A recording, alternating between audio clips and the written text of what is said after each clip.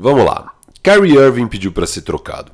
E a primeira pergunta que tem que ser feita é: como o Nets e o KD vão reagir a isso? O Joe Tsai vai querer continuar investindo no time?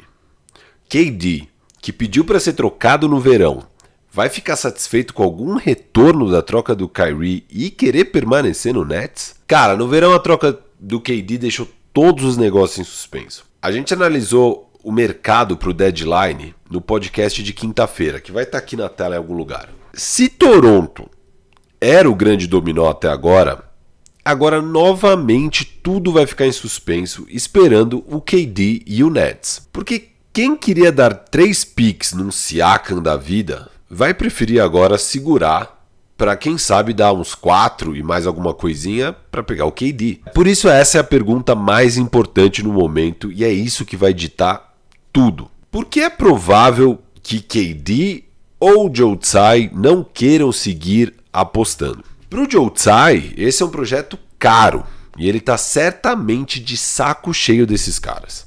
O Brooklyn investiu não só uma cacetada de picks, principalmente ali na troca do Harden, para montar esse elenco, mas centenas de milhões de dólares em luxury tax. É um dos times mais caros da NBA e continua sendo um dos times mais caros da NBA. E além disso, isso aqui serve tanto para o KD quanto para o Joe Tsai. O Brooklyn já precisaria fazer novos investimentos para conseguir brigar pelo título esse ano. O fator Ben Simmons. Na minha análise que eu fiz quinta-feira no podcast, eu disse que eu via o Nets como um comprador indo para esse deadline. Porque eles finalmente têm um quarteto titular bom, que eu confio, que faz sentido. Você tem ali o Kyrie Irving com o KD, Royce O'Neal e o Nick Claxton. 4 bons jogadores que você pode ir para os playoffs com eles como titular. Faltava o quinto elemento ali e falta uma rotação confiável ali no banco. Só que você tem um monte de ativos para fazer essa troca. O que eu via é que provavelmente eles poderiam dar mais 1 ou 2 picks ali que eles ainda têm. Eles têm um pick de Filadélfia, eles têm o próprio, eles têm acho que 2 picks de Filadélfia e tem o próprio pick.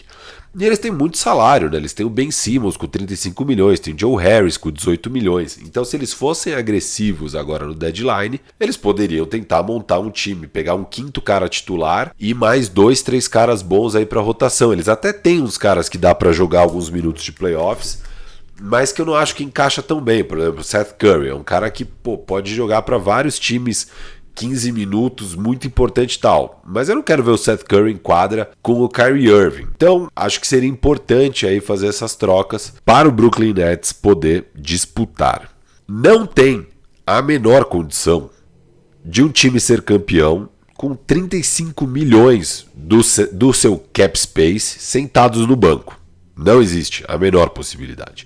E esse é o mesmo problema do Lakers, que tem 47 milhões no caso do Russ. E o Ben Simmons tem ainda menos condição de ficar em quadra num jogo decisivo de playoffs do que o Russell Westbrook. As defesas da NBA, em jogos cruciais ali, no segundo round, terceiro round, né, uma final de conferência, final da NBA, os times não só iam fazer com o Ben Simmons, o que eles já fazem com o Ben Simmons e com o Russ, que é deixar eles livres. Você ignora a presença desses caras, fica 5 caras marcando os outros 4, você fecha o garrafão e você afunila o jogo e exige que o outro time passe a bola para o Ben Simmons e que ele arremesse, o que nunca dá certo. O Ben Simmons se recusa a arremessar. O Russ faz questão de arremessar e erra tudo. Então são 2 caras que as defesas adversárias fazem essa marcação e você acaba tendo muita dificuldade, principalmente nos minutos cruciais de um jogo de playoffs. Mas no caso do Ben Simmons, eles ainda iam fazer o Hack-a-Ben, que é a mesma estratégia que rolava com o Shaquille O'Neal, do Hack-a-Shaq. Bola na mão do Ben Simmons, estamos precisando tirar ponto ou aumentar a vantagem, queremos tirar ele de quadra, falta nele, mete ele na linha do lance livre. Ele errar 2 lances livres, e ele erraria provavelmente, que a confiança do cara vai pro saco, ele vai se esconder o resto do jogo, não vai mais querer a bola na mão, sabendo que assim que ele pegar a bola, falta nele. Então não tem condição desse cara jogar nos playoffs. E o valor dele só vai cair mais depois desses playoffs. Então eu recomendo muito Brooklyn Nets a trocar o Ben Simmons se vai jogar nos playoffs. Porque depois desses playoffs eu acho que aí vai acabar de vez qualquer confiança que algum time possa ter em Ben Simmons. Agora, além dessa eventual troca Ben Simmons, mais Seth Curry, Joe Harris e picks por 2 ou 3 jogadores de rotação, que faria desse time um contender, agora o Nets também tem que trocar o Kyrie Irving e fazer isso dar certo. Então você precisa o que vem da troca do Kyrie, mais essas outras trocas de Ben Simmons e o que vier, fazer um time que faz sentido ao redor do KD. Faltando uma semana pro deadline, cara, isso aí é muito, muito difícil. Mas vamos lá. O que o Nets pode conseguir pelo Kyrie Irving? Esse é o grande problema da questão atual, porque a resposta é não muito. O Kyrie é talentosíssimo e foi nesse ano um dos melhores criadores de arremesso da liga. Não é à toa que ele foi selecionado como um titular no All-Star Game, coisa que a gente endossou no nosso programa sobre o Jogo das Estrelas. O problema é que o Kyrie, além de ser um puta jogador, é também o cara que perdeu jogos por lesões, e foram muitas. O mínimo de jogos que ele perdeu em um ano foram 10. Essa é a melhor temporada dele, em termos de ficar em quadra. Ele só teve na carreira 3 temporadas de 70 jogos. O resto tudo abaixo. Entre ombro, joelho, quadril, dedo, o cara perdeu mais de 1/4 dos jogos da carreira. Ele é podre. Nos últimos 6 anos, então nas últimas 6 temporadas, 3, ele perdeu mais de 40 jogos. É tipo ano sim, ano não. O cara perde mais de metade do ano. E esse é um ano não, porque ele já jogou mais da metade dos jogos. Então o que indica que quem for pegar o Kyrie Irving vai pegar ele, ter que dar o máximo para daí o ano seguinte, do jeito que vai indo nos últimos 6 anos, ser um ano onde ele perde mais de 40 jogos de novo. E aí, além das lesões, ele também perdeu jogos porque ele decidiu não se vacinar e virar um jogador de meio período, promover o documentário antissemita, não condenar o antissemitismo quando dada a oportunidade, ir a um aniversário. Teve uma vez que ele simplesmente não quis jogar, aparentemente, e agora ele tá perdendo jogos porque ele pediu para ser trocado com o time em 4º lugar do leste e estando no time do seu melhor amigo Kevin Durant, que é um dos melhores jogadores da face da terra. Não parece um ativo muito valioso para você investir, né? Além disso, o cara tem mais 4 meses de contrato e depois vai virar um free agent. Quem for dar ativos para pegar o Kyrie Irving vai ter que ter a confiança de que Kyrie vai assinar a sua oferta de extensão, ter estômago para investir, sei lá, 200 milhões de dólares nesse cara e acreditar muito que ele não vai se aposentar depois de um ano de contrato. Não é para qualquer um. Até porque tudo indica que Kyrie Irving quer ir pro Lakers. Vamos lá. Não é segredo para ninguém. O Kyrie quer ir pro Lakers. E esse é o real motivo dele pedir a troca. O motivo oficial foi que eles não chegaram a um acordo de extensão. Mas a verdade é que o Kyrie provavelmente não acredita que o Nets consegue ser campeão. E eu também não acredito. Esse Nets não consegue. Você precisaria trocar o Ben Simmons e outras coisas, e acho que ele tá vendo que a diretoria não vai querer apostar ainda mais nesse time. Então ele sabe que ele tá num time que não vai ser campeão. E ele sabe que no verão ele quer ir pro Lakers. Aí ele deve estar pensando, pô, mas se eu for agora pro Lakers, é mais um playoff para eu tentar ser campeão com o LeBron. Pra que desperdiçar isso? E é por isso que ele falou, Brooklyn Nets, eu vou vazar no verão.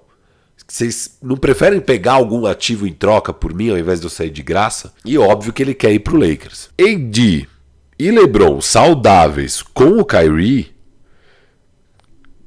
os 3 em quadra, é um time que vai disputar o título. É um contender. Como o resto dos jogadores que tem lá, Troy Brown, Hashimura, Max Christie, Austin Reeves, vai disputar o título, estando saudável. A questão é, claro, eles conseguirem ficar saudável. E essa é uma grande questão, sem dúvida. Nessa novela do Kyrie ainda tem a questão da grana. E é aqui que o Nets pode ferrar um pouco com esses planos do Kyrie Irving. Por que o Nets pode pagar o blefe? Cara, não tem um grande mercado pro Kyrie Irving. Por tudo isso que eu já falei. O próprio Lakers, se quiser reter Rui Hashimura, Lonnie Walker, etc., o Lakers já não vai ter muito cap space. Não vai conseguir dar uma oferta de salário máximo para o Kyrie Irving. Vai conseguir dar algo em torno de 25 milhões para o Kyrie Irving. Quem realmente consegue dar, no verão, uma oferta máxima para o Kyrie, se tudo mantiver como está, é o Nets.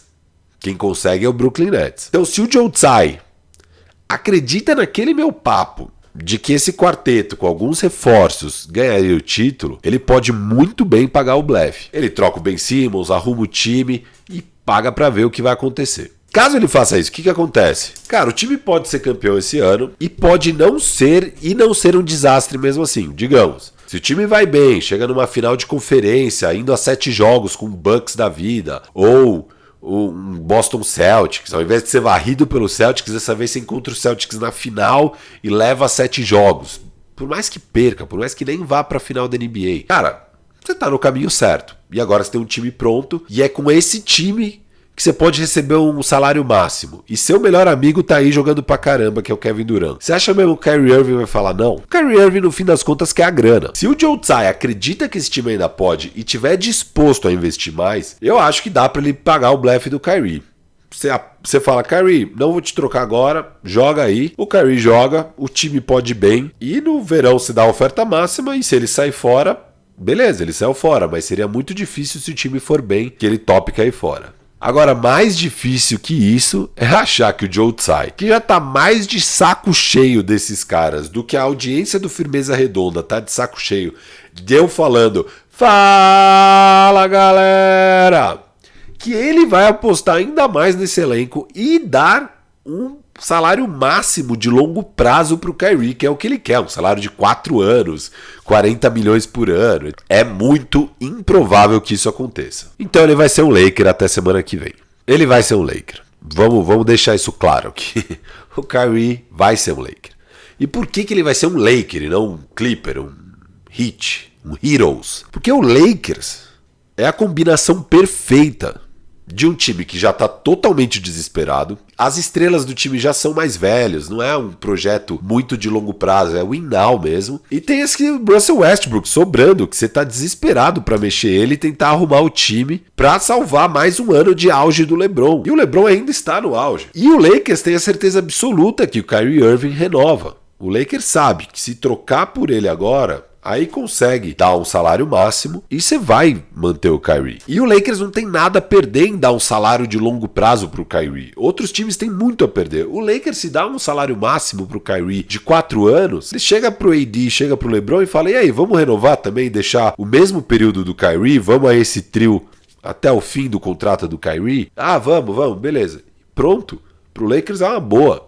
É o cenário perfeito, nenhum time tem um cenário igual a esse. Claro que Miami, Toronto, Clippers, outros times adorariam pegar o Kyrie e ter ele por não muito caro para jogar esse ano de playoffs. Pô, o Kyrie ajudaria muito todos esses times. Só que o Lakers, por todo esse contexto que eu falei, está disposto a dar 2 picks desprotegidos, e são dos picks mais valiosos. E o Lakers está disposto a dar esses 2 picks desprotegidos, valiosíssimos. Você acha que os outros times fariam o mesmo? Não fariam, porque eles sabem que no verão o mais provável é o Kyrie ir pro Lakers. E aí seria muito arriscado você dar esses assets pro Kyrie. Cara, dar 2 picks desprotegidos de daqui 6 anos pro Kyrie Irving já seria muito arriscado em qualquer cenário, porque ele é uma bomba relógio. Então para qualquer time isso seria muito arriscado. Digamos que o Kyrie tivesse 4 anos de contrato. Cara, é um risco gigantesco dar 2 picks desprotegidos por um cara que pode inventar toda a sorte de coisas para não estar em quadra. Dar assets pro Kyrie nesse cenário, onde daqui 4 meses ele pode ir embora e ele tá claramente já palavrado com o Lakers, é uma loucura. Ninguém vai cobrir a oferta do Los Angeles Lakers. Beleza. Então o Kyrie vai pro Lakers. Mas qual seria o deal? Qual que é a troca final? O Lakers vai dar o Russ e vai vir o Kyrie Irving. E mais algum role player. Isso é uma certeza. Eu gostaria de chegar ao Royce O'Neal. Enquanto o Rui Hashimura é um projeto que pode ou não pode dar certo, eu tenho gostado dele nesses primeiros jogos, o Royce O'Neal é um cara que chega e joga 35 minutos de playoffs. E se a gente tá dando esses 2 picks desprotegidos, sendo que ninguém vai chegar nem perto disso, eu acho justo esse valor. Eu acho que o Lakers tem que pegar o Royce O'Neal de volta. Pode acabar sendo o Joe Harris, que também seria útil. Menos, mas seria útil. Pode acabar sendo. Eu acho que não faz sentido o Seth Curry, tá? Eu não acho que Kyrie Irving e Seth Curry conseguem ficar em quadra juntos sem você sofrer uma barbaridade. Então, eu não gostaria que fosse o Seth Curry o outro cara a voltar nesse negócio. Óbvio que não dá pra saber se o destino final do Russ vai ser o Nets. Porque isso só vai acontecer, Russ no Nets, se de fato o KD falar, tô fora. Por que o KD lá dentro, você não vai vender pro KD a ideia de, então, KD, que tal voltar essa dupla aí, você e o Russ?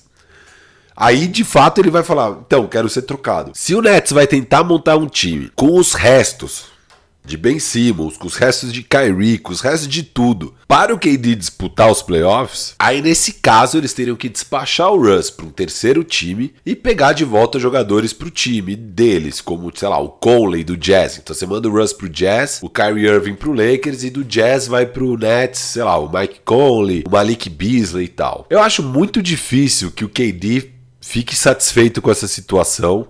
Qualquer pacote que eu vi aí de troca onde vai uns role players pro Brooklyn Nets, pra mim é claramente um time que não compete. Então eu duvido que o KD vai ficar ok. A minha sensação é que KD também, ou o Brooklyn Nets segura os dois, ou o Brooklyn Nets troca os dois. Pra mim é um ou outro. Eu acho muito difícil. Beleza, o KD pode até não ficar desesperado e jogar assim, mas ele vai ficar puto e no verão vai pedir pra ser trocado. Acho que o jeito do Brooklyn Nets querer manter o KD é mantendo o Kyrie e pagando o blefe. Mas são as possibilidades, a gente não tem como saber como vai ser esse deal. Pode ser que o Brooklyn Nets tente a sorte e falar, não, KD, vamos tentar aqui Conley, Malik Beasley, você, Royce O'Neal e... Pô, o Nick Claxton, vai dar samba, vambora. Ainda tem o Olynyk vindo do banco, porra, animal.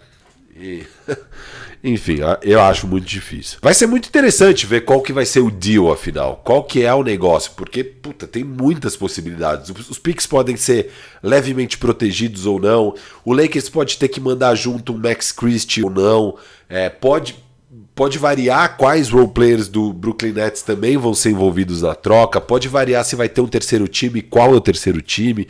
Então, acho que o interessante mesmo dessa semana vai ser esses pormenores dessa troca. Porque analisando bem a situação, acho muito difícil algum time passar na frente do Lakers, cobrir essa oferta alta do Lakers por um cara totalmente pancada da cabeça que é o Kyrie. E o Lakers esperou todo esse tempo justamente por isso. Foi muito bizarro o Lakers não fazer nenhuma troca ao longo da temporada, porque o Lakers falava que ia esperar 20 jogos para fazer uma troca. Deu os 20 jogos, falou, a gente vai esperar até o Thanksgiving. Deu o Thanksgiving, falou, vamos esperar até janeiro. Deu janeiro, tá esperando até o deadline, porque o Lakers, em algum momento, faz uns 2 meses, o Lakers falou, cara, a gente tá sentindo que alguma estrela, não é alguma, era uma em particular, eles sabiam qual.